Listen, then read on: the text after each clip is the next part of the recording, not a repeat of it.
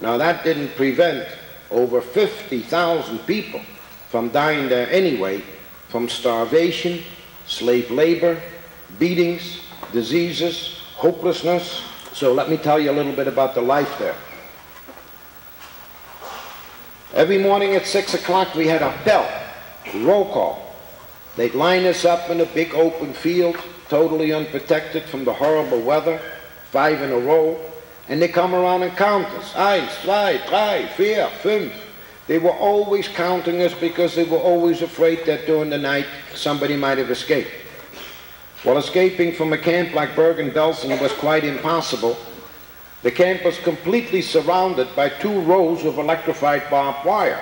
If you just touched the wire, you were immediately electrocuted. Or if you just came near the fence, you were shot down by one of the guards in the tower. And I've seen a lot of people use that as a means to commit suicide.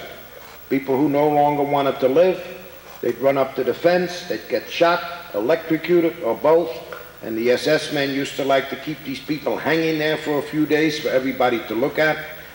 But let's say somehow I had managed to get out of this camp.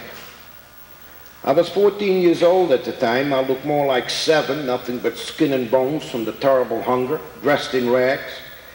Can you imagine by knocking on some Nazi door in the middle of the war and asking for help? Chances are I would have been shot in about 2 minutes. So escaping from a camp like Bergen-Belsen, well, that's like trying to get off a ship in the middle of the Pacific Ocean. You can jump off that ship, but where do you go from there? The food in our camp consisted of a little cup of turnip water, which we usually got around noon, and at 6 o'clock in the evening they'd give us about an inch thick slice of black, sour, very disgusting tasting bread. That bread they used to give us, about half of it was made out of sawdust. As in all the other camps, people in our camp over the age of 15 had to perform slave labor 16 hours a day, 6 days a week. But as I said, I was only 14 then, and we didn't have to work. We had, of course, no school, and we had nothing to do. We were bored. And a bunch of kids my age, we used to hang around together. We talked about the good old days in Amsterdam, the games we used to play on the street. What are we going to do if we ever get out? I don't think we ever said when, because frankly, none of us believed we ever would get out. We talked a lot about school. We missed school terribly. And of course, we spoke and thought an awful lot about food. Food was uppermost in our minds, 24 hours a day. And we would stand there sometimes for hours and hours and try to imagine that we had a piece of meat in our mouth, a piece of cheese, a piece of fruit, and actually stand there swallowing, trying to make believe we were swallowing those things. One of the worst things about being in a camp like Bergen-Belsen is that you're completely isolated from the rest of the world. We had, of course, no newspapers or radios. Television hadn't been invented yet, and you just don't know what's going on the outside.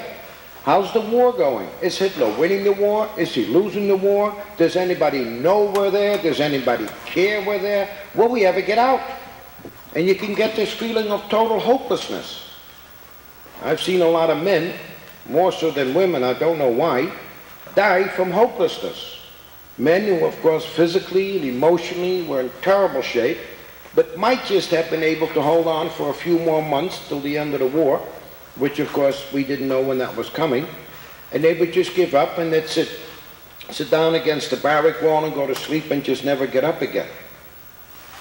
This feeling of hopelessness came to me one afternoon. It was January 1945. They had kept us standing at a roll call for 8 hours in 2 feet of snow. And I mean standing. We weren't allowed to sit down, nothing to eat, nothing to drink, couldn't go to the bathroom. They had kept us there that long because supposedly somebody was missing. Well, of course, nobody was. My mother was quite seriously ill, and they had given her permission that day to remain in her barrack. And when they finally let us go after 8 hours, I was frozen stiff, and somehow I managed to get to my mother's barrack. I crawled into her bunk. It took me about an hour and a half before I was able to talk. And then I turned to her and I started to cry. I said, "Mommy, why should we give the Germans the pleasure of killing us slowly like they're doing? Why don't we just finish the job for them now, quick?" My mother got a bit impatient with me and she said, "You mustn't talk like that. We're going to get out." Well, this gave me some hope. A couple of weeks later, we received a message from Hauptsturmführer Joseph Kramer, the camp commandant. He wanted to see my mother and my father and I immediately in his office. We were frightened to death because when you got called to his office, it was never for anything good. My father couldn't make it. He was 41 years old at the time, 6 feet tall. He'd always been very athletic. He'd won 85 medals as a bicycle racer. I had never seen him sick a day in my life, but because of beatings and starvation, slave labor, several diseases, his weight was down to about 65 pounds and he could no longer walk. So my mother and I reported to the commandant's office, and trembling with fear, we stood in front of his desk for what seemed like 2-3 hours, was maybe 2-3 minutes. Finally he looked up at us and he started to bark at us. They never spoke to you, they always barked at you. "Wollen Sie wieder zurück nach Amerika? You want to return to America?" My mother very meekly said, "Yes, Mr. Kramer, someday we would very much like to go back." Then he got angry with her and he started to yell, "Du verdammte Juden, geh mal raus, schnell wieder zurück nach deine Baracken." That's just how they sounded. "You lousy Jews, get out of here and go back to your damn barracks." And then it dawned on my mother, is this man serious? Is this man in a position in the middle of the war to send us back to the United States? Or is he just up to one of his old Nazi tricks? And then she started to plead with him and said, "Yes, Mr. Kramer, if it is within your power to send us back, please do so." "Dann machen Sie sich bereit, in 10 Minuten kommen Sie wieder zurück. Get yourself ready in 10 minutes and report back here." Somehow we got my father dressed and they took us back to the railroad station where we had arrived 1 year before. Only this time they didn't put us in the cattle car. This time they had a beautiful Red Cross train waiting for us. I remember getting onto this train, this weird feeling came over my body, sort of a tingling sensation, much like when you first get into a hot bathtub. And I realized then it was the first time in a very long time I had felt some warmth. After traveling through Germany for 2 days, we arrived in a city called Constance, which is on the border between Germany and Switzerland. And it was at this point that we found out what was happening. It seemed the United States government had made arrangements with the Nazis in Berlin to have me, as an American citizen, exchanged for 5 German officers that had been captured by the American army. And it was at this point the exchange was going to take place.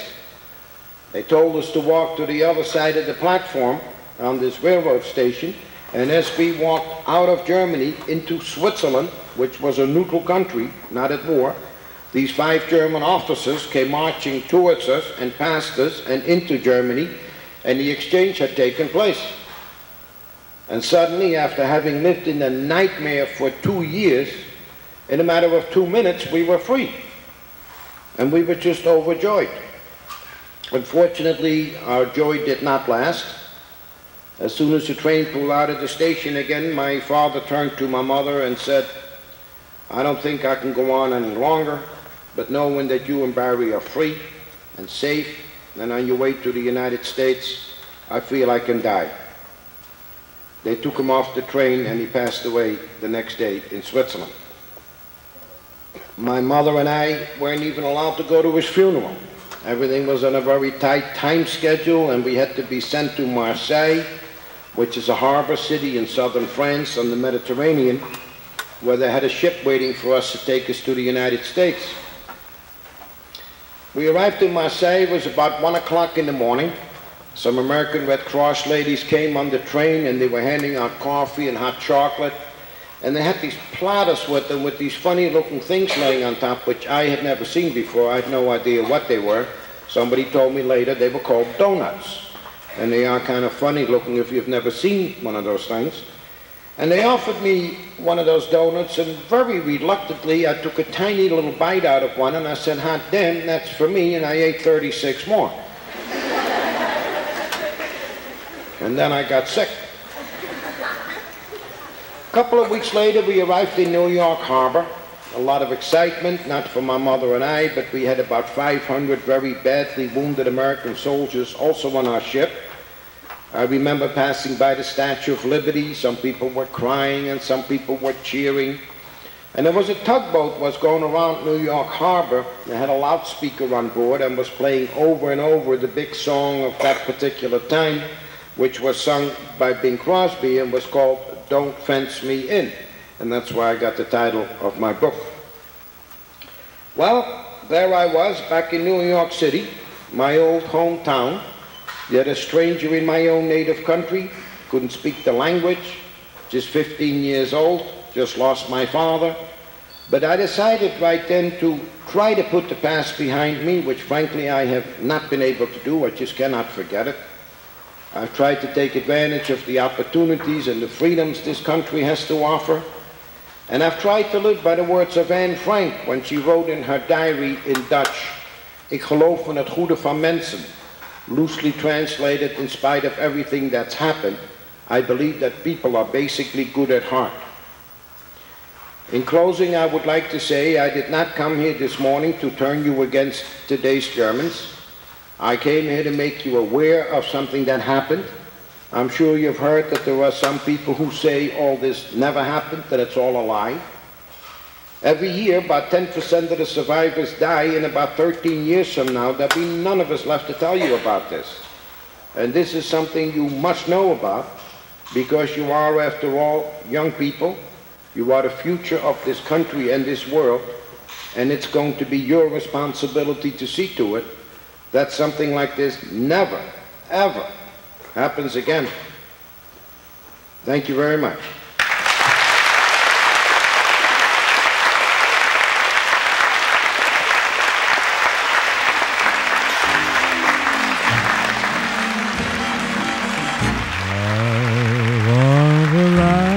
To the ridge where the west commences, and gaze at the moon till I lose my senses, and I can't look at hobbles, and I can't stand fences. Don't fence me